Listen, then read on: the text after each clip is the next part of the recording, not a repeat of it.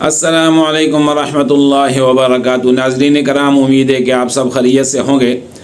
آج کے پروگرام میں دو موضوع پر بات کروں گا۔ سب سے پہلے تو مفتی آف امریکہ نے مولانا فضل الرحمان کو مجتہد مطلق کہہ کر پوری دنیا کو حیران کر دیا ہے۔ انہوں نے مولانا کو مجتہد مطلق کیوں کہا ہے، کہاں کہا ہے، اس پر بات کریں گے۔ دوسرا، حکومت وقت قومی اسمبلی اور سینٹ کی منظور شدہ ترامیم کا گزٹ نوٹیفیکیشن جاری نہ کر کے کس تاثر کو قائم کر رہی ہیں اور کون سے لوگوں کو اس کا فائدہ ہو رہا ہے اور کن قوتوں کو اس کا نقصان ہو رہا ہے، اس پر بھی بات کریں گے۔ لیکن پروگرام کی طرف جانے سے پہلے آپ سے درخواست کروں گا کہ اگر آپ نے ہمارے اس چینل کو سبسکرائب نہیں کیا تو برائے مہربانی اس کو سبسکرائب کر لیں اور بیل آئیکن کو پریس کریں تاکہ ہماری نئی اور تازہ ویڈیو آپ تک پہنچتی رہیں۔ جزاک اللہ خیرہ۔ تو آئیے پروگرام کی طرف چلتے ہیں۔ پروگرام میں سب سے پہلے اس پر بات کریں گے کہ 26ویں آئینی ترمیم کے دوران جو ترامیم ہوئی ہیں اور آئین کا جو حصہ بنائی گئی ہیں، ان میں مدارس ایکٹ کے حوالے سے بھی جو ترامیم ہیں، حکومت نے آج تک ان کے اوپر گزٹ نوٹیفیکیشن جاری نہ کر کے ایک غیر جمہوری رویہ اپنایا ہوا ہے، جس کا تاثر پوری دنیا میں انتہائی غلط جا رہا ہے۔ حکومت چونکہ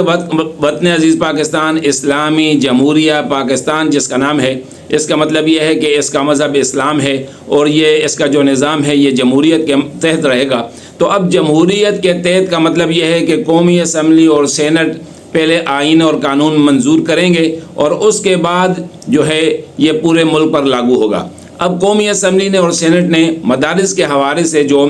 ترامیم پاس کر لی ہیں، اب ان پر عمل درآمد کرنا حکومت کی ذمہ داری ہے اور حکومت کا فرض ہے۔ لیکن کتنے افسوس کی بات ہے اور کتنے افسوس سے کہنا پڑ رہا ہے کہ اسلامی جمہوریہ پاکستان کے حکمران ہی اس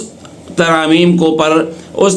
کا گزٹ نوٹیفیکیشن جاری کرنے سے لیت و لال کر رہے ہیں۔ اب ظاہر ہے جب وہ گزٹ نوٹیفیکیشن جاری کرنے سے لیت و لال سے کام کر رہے ہیں تو ان پر عمل درآمد بھی نہیں ہو رہا، اور جب ان پر عمل درآمد نہیں ہو رہا تو اس سے ایک بہت برا تاثر پاکستان کا بیرون دنیا میں بھی جا رہا ہے اور ملک کے اندر بھی ان قوتوں کے پاس جو یہ کہتے ہیں کہ پاکستان ایک غلام ملک ہے اور پاکستان جو ہے کسی کی ایما پر پاکستان کے حکمران چلتے ہیں۔ پاکستان کو یعنی ان کا یہ خیال ہے، یہ تاثر ہے کہ پاکستان ایک غلام ملک ہے۔ لیکن ہم ہمیشہ مذہبی قوتیں، دینی قوتیں، خصوصاً جمعیت علماء اسلام کا موقف رہا ہے کہ پاکستان ایک آزاد خود مختار ملک ہے اور ہم جمہوریت کے تحت اس نظام کو چلاتے ہیں اور چلانا چاہتے ہیں۔ لیکن جب قومی اسمبلی اور سینٹ سے دین اسلام کی ایک بات، دینی مدارس کی ایک بات، جو اسلامی جمہوریہ پاکستان کی سب سے بنیادی ضرورت ہے، وہ آئین کا حصہ بن چکی ہے، قانون کا حصہ بن چکی ہے،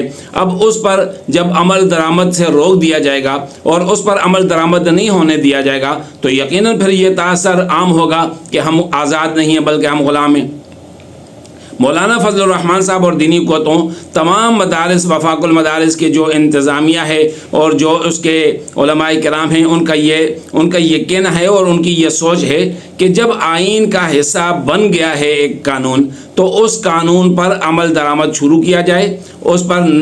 گزٹ نوٹیفیکیشن جاری کیا جائے، اور اس کے بعد اگر آپ یہ سمجھتے ہیں اور حکومت یہ سمجھتی ہے کہ اس سے ہمارے ملک کے مسائل جو ہے وہ بڑھ رہے ہیں، مشکلات میں اضافہ ہو سکتا ہے، تو اس کے بعد یہ ہو سکتا ہے کہ علماء کرام کو بٹھایا جائے، ان سے بات کی جائے، خصوصاً مولانا فضل الرحمان کو بٹھا کر ان کو یہ بات سمجھائی جائے۔ اس سے زیادہ کون سمجھتا ہے کہ ملک کے مسائل کیا ہیں اور ملک کے مسائل کیا نہیں ہیں، اور ان سے زیادہ کون ہے جو اس ملک کا زیادہ خیر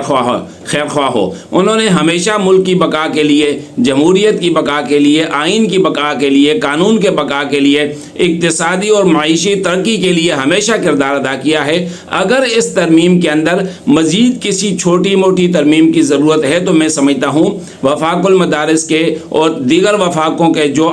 علماء کرام ہیں، جو ان کے سربراہان ہیں، اسی طرح دینی قوتیں، دینی سیاسی جماعتوں کے جو قائدین ہیں، ان کو بٹھایا جائے اور اس میں اگر دوبارہ امینڈمنٹ کرنے کی ضرورت ہے تو ضرور کریں۔ لیکن یہ نہیں ہو سکتا، یہ ممکن نہیں ہے کہ ایک آئین اور قانون کا حصہ ایک چیز بن چکی ہے اور آپ اس کا گزٹ نوٹیفیکیشن جاری نہ کریں۔ یہ تو سراسر زیادتی ہے اور ناانصافی ہے۔ اس سے ان قوتوں کو تقویت ملتی ہے جو جمہوریت پر یقین نہیں رکھتے، جو ہمیشہ یہ کہتے ہیں کہ یہاں جمہوریت کے تحت نظام نہیں چل سکتا، جمہوریت کے تحت اسلام پسندوں کو زندگی گزارنا ان کے لیے مشکل ہے، کہ یہ لوگ ان رکاوٹ ڈالتے ہیں، اور یقیناً اس قانون پر عمل درآمد نہ کر کے حکومت ان قوتوں کے جو ان کا جو دعویٰ ہے اس کو تقویت پہنچا رہی ہیں، اور جو جمہوری قوتیں، جو دینی قوتیں جمہوری نظام اور سسٹم کے تحت چلنا چاہتی ہیں، ان کی دلیل کو، ان کی قوت کو کمزور کرنا چاہتی ہیں، اور اگر خدا نخواستہ ایسا ہوا تو یہ کسی کے مفاد میں بھی نہیں ہے، یہ ملک کے مفاد میں بھی نہیں ہے، یہ حکومت کے مفاد میں بھی نہیں ہے، اور یہ کسی ادارے کے مفاد میں بھی نہیں ہے۔ اس لیے میری درخواست ہے کہ فی الفور گزٹ نوٹیفیکیشن جاری کیا جائے، اور اس کے بعد اگر کوئی پریشانی ہے، کوئی مسئلہ ہے، تو علماء کرام کو انگیج کر کے ان سے بات کی جائے۔ میں یقین سے کہتا ہوں کہ اس سے مسئلہ حل ہو جائے گا۔ اب آئیے دوسری طرف کہ جو مفتی آف امریکہ نے مولانا فضل الرحمان کو مجتہد مطلق کہا ہے، تو کیوں کہا ہے، کہاں کہا ہے؟ بڑی حیرانگی کی بات ہے کہ امریکہ میں بیٹھے ہوئے ایک مفتی صاحب نے مولانا فضل الرحمان کی اس قدر تعریف کی ہے، اور صرف مولانا کو مجتہد مطلق نہیں کہا، بلکہ جامعۃ الرشید کو ایک مشورہ دیا ہے، مفتی عبد الرحیم صاحب کو مشورہ دیا ہے کہ اگر اس قسم کے کوئی مسائل آپ کو درپیش ہوں تو آپ کو چاہیے کہ آپ ہمیشہ مولانا فضل الرحمان سے بات کریں، اور مولانا فضل الرحمان کی جو رائے ہو، ان کا جو فیصلہ ہو، اس پر عمل درآمد کریں۔ اصل میں مفتی صاحب ایک ٹی وی پروگرام میں بیٹھے ہوئے تھے اپنے چینل کے، اور ان سے ایک سوال کیا گیا کہ یہ جو پاکستان میں مدارس کا اس وقت قضیہ چل رہا ہے، علماء کرام کیوں چاہتے ہیں، کیوں کہتے ہیں کہ ہم وزارت تعلیم کے ماتحت نہیں ہوں گے بلکہ وزارت صنعت و تجارت کے ماتحت ہوں گے؟ تو اس پر مفتی صاحب ایک بڑی تفصیلی اور بڑی بہترین ڈیبیٹ کی ہے،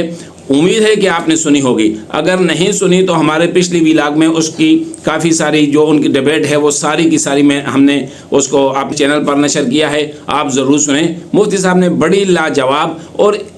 مدارس کی ایشو پر جتنی بھی گفتگو ہوئی ہیں، سب سے بہترین جو گفتگو ہے حضرت مفتی صاحب کی ہے، تو وہ آپ ضرور سنیں۔ تو مولانا صاحب کے حوالے سے انہوں نے جو کہا ہے، اس نے کہا کہ میرا یہ ماننا ہے کہ سیاسی محاذ پر، حکومتی محاذ پر جب بھی کوئی معاملہ ہو تو مولانا فضل الرحمان کا جو فیصلہ ہوتا ہے وہ درست ہوتا ہے، وہ مجتہد مطلق ہے ان کے نزدیک۔ تو انہوں نے یہ مجتہد مطلق کیسے کہا، کہاں کہا، یہ آپ خود سنیں اور محظوظ ہوں کہ مفتی صاحب کیا کہہ رہے ہیں۔ آئیے سنیے۔ باقی اس معاملے میں میں ہمیشہ کہا کرتا ہوں کہ مدارس، ملک و مدارس کی جو ہے وہ اس کے سیاسی ایسے معاملات جو ہوتی ہے، انتظامی معاملات جو گورنمنٹ سے متعلق ہوں، ان میں میں امام قائد جمعیت مولانا فضل الرحمان صاحب کو تو میں مجتہد مطلق سمجھتا ہوں۔ اچھا، وہ مجتہد مطلق ہیں، وہ اس حوالے سے جو رائے دیں چلیں، اس کی پیروی کرنی چاہیے امت کو، کیونکہ ان کو پتہ ہی حکومت والوں کی ریشہ دوانیاں، ان کی چالاکیاں، ان کی یہ وہ کر کے نا کس طریقے سے وہ آگے چیزیں خراب کرتے ہیں۔ مولانا فضل الرحمان صاحب سے زیادہ زیرک آدمی کون ہے جو یہ سمجھتا ہو؟ بڑے باپ کے بیٹے ہیں، وہ اپنے دور میں ماشاءاللہ مفتی محمود صاحب نے جس انداز سے جو ہے بڑے بڑے مسائل حل کیے، تو مولانا فضل الرحمان صاحب بھی اسی جو وہ یہ کہتا ہے بالغ النظری سے فیصلہ کرتے ہیں۔ اور پھر محتقی عثمانی صاحب جیسے لوگ جو ہیں وہ ان کی علمی ڈھارس ان کے ساتھ ہے۔ اس سے ان معاملات میں میں جو وہ مجموع علوم الاسلامیہ والوں سے بھی یہ کہوں گا کہ مولانا فضل الرحمان صاحب کو مجتہد مطلق سمجھیں کہ سیاسی میدان کے اندر اور حکومتی ڈیلنگ کے اندر ان کا کوئی مقابلہ نہیں۔ یہی وجہ ہے کہ 2019 کے اندر GHQ کے اندر بیٹھ کے سب مدارس سے سائن کیے، ایک یعنی وزارت تعلیم کے ساتھ جو ہے وہ ایک ایگریمنٹ ہوا، اس کے اوپر سائن ہوئے، اس میں محتقی عثمانی صاحب کی بھی سائن ہے، سب کے سائن ہے، مولانا فضل الرحمان صاحب کے اتفاق سے اس میں سائن نہیں۔ جی ناظرین کرام، آپ نے مفتی منیر احمد صاحب کی یہ گفتگو سنی، مفتی آف امریکہ جو مولانا فضل الرحمان صاحب کے بارے میں کیا خیالات، ان کے خیالات ہیں اور کیا فرماتے ہیں، اور انہوں نے مولانا صاحب کو مجتہد مطلق کہا۔ یہ ساری ڈبیٹ جو مفتی صاحب نے کی ہے بڑی لاجواب ہے اور ضرور سننے کی ہے، تمام حضرات سے درخواست ہے کہ سنیں۔ اور جب مفتی آف امریکہ میں بیٹھ کر مولانا فضل الرحمان کو مجتہد مطلق کہے، تو اگر کوئی جاہل مطلق مولانا فضل الرحمان صاحب کو نہ سمجھے اور کوئی اور کسی اور کی تعریف کرے، تو پھر ہمیں جاہل مطلق کی طرف دیکھنا ہے یا مفتی اعظم آف امریکہ کی طرف دیکھنا ہے؟ یہ فیصلہ آپ خود کر سکتے ہیں، اچھے طریقے سے کر سکتے ہیں۔ تو انشاءاللہ اگلے پروگرام میں ملاقات ہوگی۔ السلام علیکم ورحمۃ اللہ وبرکاتہ۔